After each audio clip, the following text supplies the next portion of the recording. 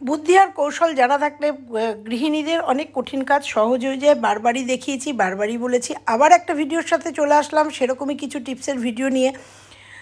নমস্কার বন্ধুরা, আমার একটা টিপসের ভিডিওতে তোমাদের সবাইকে স্বাগত। আমরা এরকম ভাবে আমরা নিজেদের কিচেনটা কিভাবে ক্লিনিং করি, কিভাবে আমাদের সংসারের সমস্ত কঠিন কাজ সহজ করে নিই, তারই কিছু টিপস আজকে তোমাদের সঙ্গে শেয়ার করব। চিরুনি আমরা প্রত্যেকেই ব্যবহার করি, আর চিরুনি ব্যবহার করলে প্রত্যেকেরই এরকম চিরুনি নোংরা হয়ে যায়, আর সেগুলোকে ডিপ ক্লিনিং করতে হয়। আর এই চিরুনি ক্লিন করতে কিন্তু আমাদের অনেকটা বেগ পেতে হয়, আর বেগ পেতে হবে না এবং ব্রাশ ঘষাঘষি কিচ্ছু করতে হবে না। একটা সাধারণ টিপসের মাধ্যমে এই চিরুনি কিন্তু যতগুলো চিরুনি হোক একদম নিট অ্যান্ড ক্লিন এবং জীবাণুমুক্ত করে নেওয়া যায়। তার জন্য গ্যাস জ্বালিয়ে দিলাম, আর দেখো এখানে একটা ফ্রাইং প্যান নিয়ে নিয়েছি, তার মধ্যে নিয়ে নিলাম কিছুটা জল, অনেকটা জল। এই জলটা গরম হতে হতে এর মধ্যে কিছু মেশাবো, কিছু জিনিস মেশাবো। তো দেখো প্রথমে আমি চিরুনিগুলো দিয়ে দিলাম, আমার যতগুলো চিরুনি। তোমরা চাইলে একটু বড় ফ্রাইং প্যান নিতে পারো, তো আমার কাছে এইটা ছিল, এটা বসিয়ে দিয়েছি প্রথমে। তো দেখো সমস্ত চিরুনিগুলো এর মধ্যে প্রথমে দিয়ে দেবো, জলটা গরম হতে হতে। আর এর মধ্যে দুটো জিনিস মেশাবো, দুটো তিনটে জিনিস মেশাবো। আর দেখো হাত ছাড়াই, ব্রাশ ছাড়াই, কোনো ঘষাঘষি ছাড়াই কিন্তু চিরুনিগুলো দারুণ সুন্দর পরিষ্কার হয়ে যাবে। অন ক্যামেরায় তোমাদের দেখিয়ে দেবো। দেখো মোটামুটি গরম হয়ে গেছে জলটা, এর মধ্যে দিয়ে দেবো একটুখানি খাবার সোডা, 1 চামচ খাবার সোডা। এগুলো আমাদের রান্নাঘরে থাকেই। খাবার সোডা দিয়ে দেবো, আর এর মধ্যে কী দেবো, যেটার কামাল আজকে দেখো ইনো। ইনো একটা প্যাকেটের থেকে একটুখানি আমি ইনো এর মধ্যে দিয়ে দেবো। আর তোমরা জানো ইনো এবং খাবার সোডা এই দুটো জিনিসই কিন্তু ক্লিনিংয়ের জন্য ভীষণ পরিমাণে উপকারী। তো দেখো একটুখানি ইনো দিয়ে দেবো প্যাকেটের থেকে, তোমরা চাইলে চিরুনি অনুযায়ী দেবে, পুরো প্যাকেটও দিতে পারো। তো দেখো আমি ইনোটা দিয়ে দিলাম, আর দিয়ে দেওয়ার পরেই তোমার অ্যাকশানটা বুঝতে পারবে যে এই দুটো দেওয়ার পরেই তোমরা অন ক্যামেরায় তোমরা দেখো যে চিরুনিগুলো থেকে নিজে থেকেই নোংরাগুলো কীভাবে রিমুভ হয়ে যাবে। একটা চামচের সাহায্যে আমি এটাকে নেড়ে নেবো, কারণ জলটা অলরেডি ফোটা শুরু হয়ে গেছে। নেড়ে নেব গরম, ওই জন্য তোমরা দেখতে পাচ্ছ যে জলটা কিন্তু কালার চেঞ্জ হচ্ছে। আমি এর মধ্যে একটুখানি শ্যাম্পু দেবো, তোমরা এটা স্কিপ করতে পারো, শ্যাম্পু ছাড়াও কিন্তু সুন্দরভাবে পরিষ্কার হয়ে যাবে। তো দেখতে থাকো।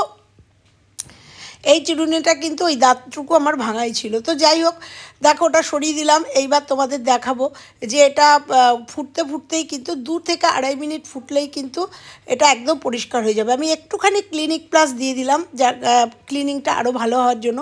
তো দেখো একদম ফুটে উঠেছে। এইবার তোমাদের দেখাবো যে কতটা পরিষ্কার হয়েছে। আমি কিন্তু কোনো ঘষাঘষি কিচ্ছু করিনি। 1 থেকে 1.5 মিনিট এটাকে একটুখানি ফুটিয়ে নিলেই কিন্তু তোমরা দেখতে পাবে চিরুনির পুরো ময়লাটা কিন্তু জলের মধ্যে চলে গেছে, আর চিরুনিগুলো কিভাবে পরিষ্কার হয়ে গেছে এবং দূষণমুক্ত হয়েছে। কারণ আমাদের চুলে আঁচড়াতে গেলে অনেক সময় ভাইরাস হতে পারে, চুলের ক্ষতি হতে পারে। চিরুনি পরিষ্কার করা এবং দূষণমুক্ত মানে জীবাণুমুক্ত করা, জীবাণুমুক্ত করা খুব প্রয়োজন। তো দেখো আমি একটা চিমটার সাহায্যে চিরুনিগুলো তুলে নিচ্ছি, আর তুলে নিয়ে তোমাদের দেখাচ্ছি যে কতটা পরিষ্কার হয়েছে। তোমরা দেখে নাও।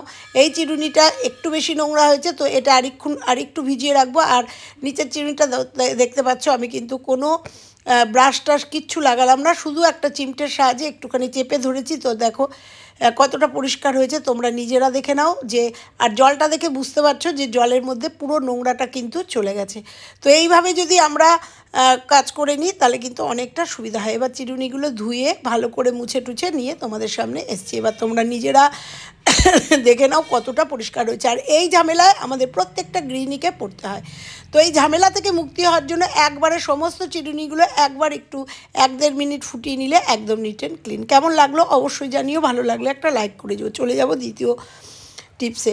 আমরা এরকম চুড়িদার, কুর্তি, দামি যে চুড়িদারগুলো বা এই যে জড়ি চুমকি দেওয়া যে চুড়িদারগুলো থাকে সেগুলো কাচার পরে কিন্তু এরকম কুঁচকে যায়, আর সেগুলো কিন্তু ডাইরেক্ট আমরা ইস্ত্রি দিতে পারি না। তার কারণ অনেক সময় জড়ি চুমকি বা পুঁতির যে কাজ থাকে বা ফেব্রিকের অনেক সময় কাজ থাকে, সেক্ষেত্রে ইস্ত্রি লাগালেই সেগুলো কুঁচকে যায় বা জড়ি চুমকিগুলো নষ্ট হয়ে যায়। এই রকম ফয়েল পেপার একটা তার উপরে দিয়ে নিয়ে, যত দামি চুড়িদারই হোক না কেন, লাইন দিয়ে আসলাম এটার, যত দামি চুড়িদারই হোক না কেন, যত জড়ি চুমকিই থাক না কেন, তোমরা এইভাবে কিন্তু বেনারসি থেকে শুরু করে দামি দামি শাড়িও একইভাবে তোমরা মানে ইস্ত্রি করে নিতে পারো। তো দেখো আমি একটা ফয়েল পেপার ওপরে নিয়েছি, আর যেহেতু এই চুড়িদারটার প্রচুর চুমকি তোমরা দেখতে পাচ্ছ, ভীষণ চুমকি দিয়ে আটকানো, ডাইরেক্ট ইস্ত্রি করলে চুমকিগুলো গলে যেতে পারে।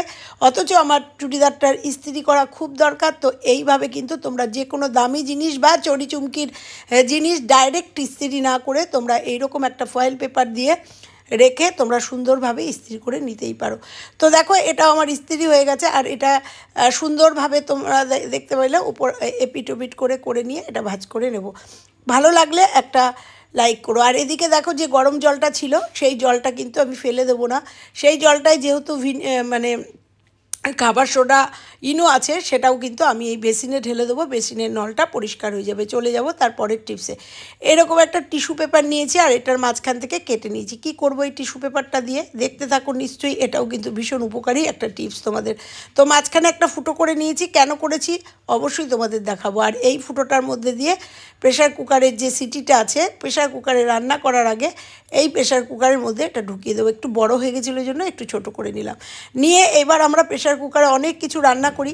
প্রেশার কুকারে রান্না করতে গেলে আমাদের কিন্তু সিটির ওপর দিয়ে অনেক ঝোল মশলা আসে, তাতে আমাদের এরকম ননস্টিক বা সুন্দর প্রেশার কুকারে হলদে দাগ হয়ে যায়, আর সেই দাগ তুলতে আমাদের অনেকটা বেগ পেতে হয়।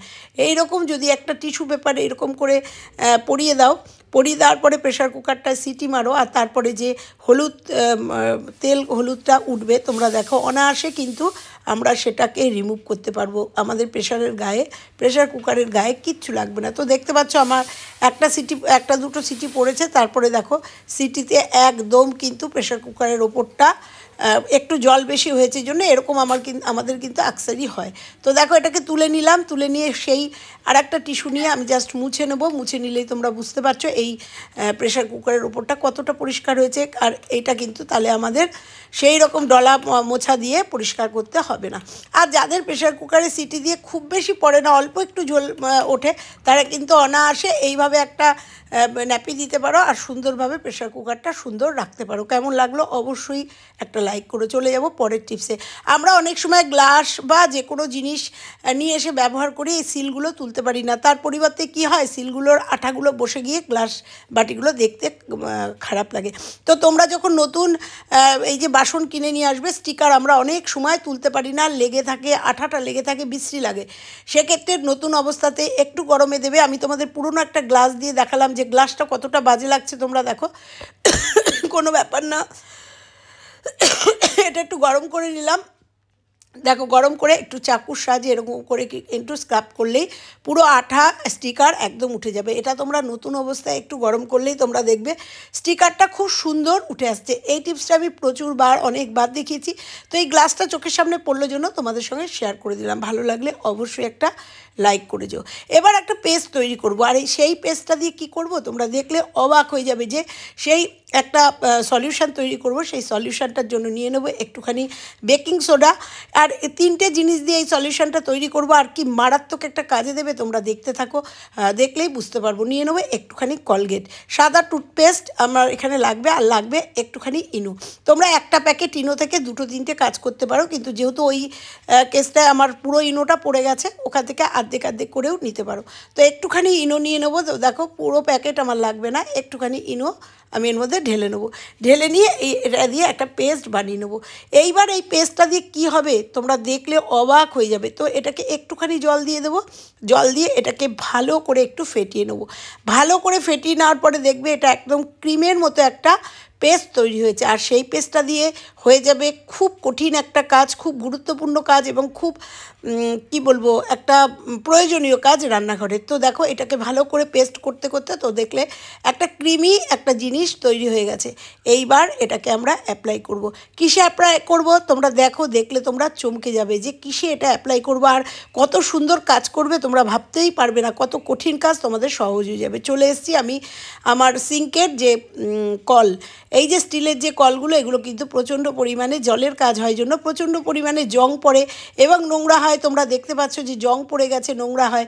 যদিও আমি খুব পরিষ্কার করি জন্য সেরভাবে না, কিন্তু অনেকের কিন্তু কঠিন জং পড়ে যায় যেগুলো তোলা যায় না।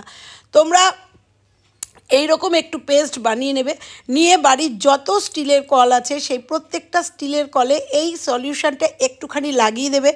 লাগিয়ে দেওয়ার পরে তোমরা জাস্ট একটু স্ক্রাব করে নেবে, যে কোনো স্ক্রাবার দিয়ে এটা একটু স্ক্রাব করে নিলেই তোমরা অবাক হয়ে যাবে যে এটা প্রচণ্ড কী সুন্দর কাজ। আর এই স্টিলের কলগুলো বাথরুম, পায়খানা, বেসিন, সিঙ্কের এই কলগুলো যদি স্টিলের কল হয় সেগুলো নোংরা থাকলে ভীষণ বাজে লাগে, আয়রন জমে যায়, জলের দাগ হয়। তো দেখো এটাকে জাস্ট একটু স্ক্রাবার দিয়ে একটুখানি ডলে নিয়ে তোমাদের সামনে দেখাবো যে একদম নতুনের মতো চমকাচ্ছে। এইভাবে যদি আমরা রান্নাঘরের প্রত্যেকটা জিনিস এইভাবে নিজেদের বুদ্ধি আর কৌশল দিয়ে পরিষ্কার রাখি, তাহলে দেখতে যেমন ভালো লাগে সেরকম আমাদের মনও ভালো লাগে এবং জিনিসগুলো খুব সুন্দর থাকে, নতুনের মতো থাকে এবং পরিষ্কার পরিচ্ছন্ন থাকে এবং অনেকটা টেকসই হয়। তো দেখো তোমাদের সাথে কথা বলতে বলতে একদম ডলে নিচ্ছি, আর তোমরা দেখে বুঝতে পারছো যে কতটা চমকাচ্ছে। ধুয়ে নিয়ে আসবো। এবার বলছি, তোমরা কে কোথা থেকে দেখছো আমার ভিডিওটা অবশ্যই আমাকে জানিও, একটা কমেন্ট করে যেও, তাতে আমার ভালো লাগবে যে আমার ভিডিওগুলো কে কোথা থেকে দেখছো। দেখো ধুয়ে আসবো। কেমন লাগলো আজকের টিপসগুলো? ভালো লাগলে লাইক, কমেন্ট, শেয়ার। চ্যানেলে নতুন হলে চ্যানেলটা সাবস্ক্রাইব করে পাশের বেল আইকনটা প্রেস করে দিও, তাতে আমার সমস্ত ভিডিও পেয়ে যাবে। আবার ফিরছি অন্য কোনো ভিডিওর সঙ্গে। আর দেখো কতটা চকচক করছে। চলো আজকের মতো